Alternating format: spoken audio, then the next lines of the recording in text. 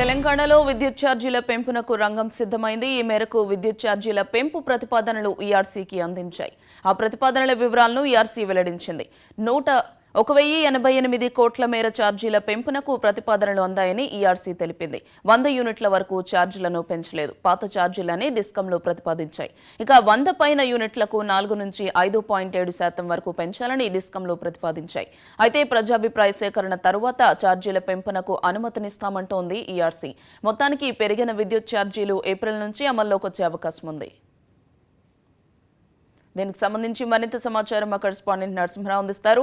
నరసింహరావు, చెప్పండి, విద్యుత్ ఛార్జీల పెంపుకు సంబంధించి మీ దగ్గర ఉన్న అప్డేట్స్ ఏంటి?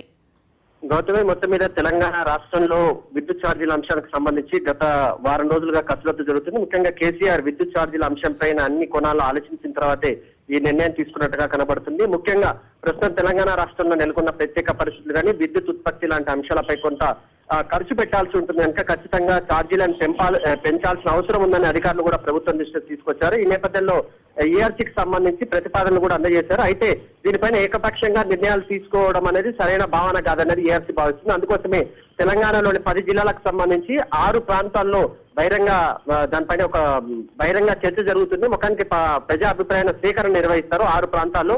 ఈ ప్రజాభిప్రాయ సేకరణ తర్వాత విద్యుత్ ఛార్జీల అంశానికి సంబంధించి అధికారికంగా ఉత్తర్వులు వెలువడే అవకాశం ఉంది. అయితే ఈ మొత్తం ప్రక్రియ ఏప్రిల్ చివరి నాటికి పూర్తవుతుందని అధికార వర్గాల ద్వారా తెలుస్తుంది. మొత్తానికి మధ్యతరగతి కొంత మినహాయింపిచ్చినట్టుగా ప్రభుత్వం జరుగుతున్నా కేవలం 100 యూనిట్లకు మాత్రమే మినహాయించారు. మిగతా మొత్తానికి 200 నుంచి ఛార్జీలు భారీగా పెరిగే అవకాశం ఉంది. ముఖ్యంగా పట్టణ ప్రాంతాలకు సంబంధించి ఈ పెంపుదల ముఖ్యంగా మధ్యతరగతి ప్రజలకు మాత్రం చాలా ఇబ్బందికరమైన పరిస్థితి ఏర్పడే అవకాశం ఉంది.